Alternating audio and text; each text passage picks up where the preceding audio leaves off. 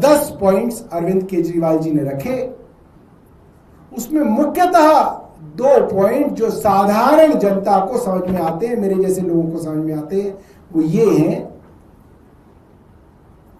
Justice स्वर्ण कांता शर्मा जी के 2 बच्चे हैं, एक लड़का है एक लड़की है, दोनों वकील हैं और दोनों ही केंद्र सरकार के सुप्रीम कोर्ट और हाई कोर्ट के पैनल पर हैं। सरकार की तरफ से अपीयर होते हैं, केंद्र सरकार की तरफ से। और पैनल के अंदर तो बहुत सारे वकील होते हैं, दर्जनों होते हैं, मगर किस वकील को कौन सा केस मिलेगा ये तय करते हैं सॉलिसिटर जनरल तुषार मेहता। वो तुषार मेहता जो अरविंद केजरीवाल जी के मामले में, एक्साइज के मामले में केंद्र सरकार यानी कि सीबीआई और ईडी की तरफ से पेश होते हैं, वो तुषार मेहता रोजमर्रा में ये डिसाइड करते हैं ये मामला इनको दे दो, ये मामला इनको दे दो, ये मामला इनको दे दो। जिनमें कुछ लोग ऐसे हैं जो स्वर्ण कांता जी के पुत्र हैं और पुत्री हैं।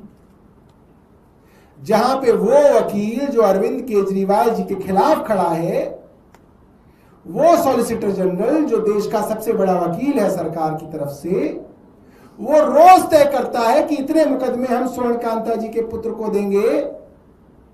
वहां पे अरविंद केजरीवाल जी ने कहा कि ये जो है मेरे मन में संदेह पैदा करता है कि ये कॉन्फ्लिक्ट ऑफ इंटरेस्ट है। और भरी कोर्ट में कहा, ओपन कोर्ट में कहा, एफिडेविट में लिख के कहा कि जो सॉलिसिटर जनरल आपके पुत्र और पुत्री को रोज केस असाइन करता है, और वो मुफ्त में तो होता नहीं है, उसके लिए पैसा मिलता है सरकार की तरफ से, बेनिफिट है, उससे फाइनेंशियल बेनिफिट है। उस बेनिफिट की वजह से हमारे मन में एक रीजनेबल एप्रीहेंशन आती है कि क्या उन सॉलिसिटर जनरल के खिलाफ फैसला देते समय ये कोर्ट या उस सॉलिसिटर जनरल के पक्ष में फैसला देते वक्त ये कोर्ट बायस नहीं होगी। ये एक रीजनेबल एप्रीहेंशन है जो कोर्ट के सामने रखी गई। भारतीय जनता पार्टी को लगता है कि नहीं साहब, इससे तो कोई फर्क नहीं पड़ता, तो नहीं पड़ता तो भाई नहीं पड़ता। पब्लिक को पता है किससे फर्क पड़ता है, किससे फर्क नहीं पड़ता। दूसरा,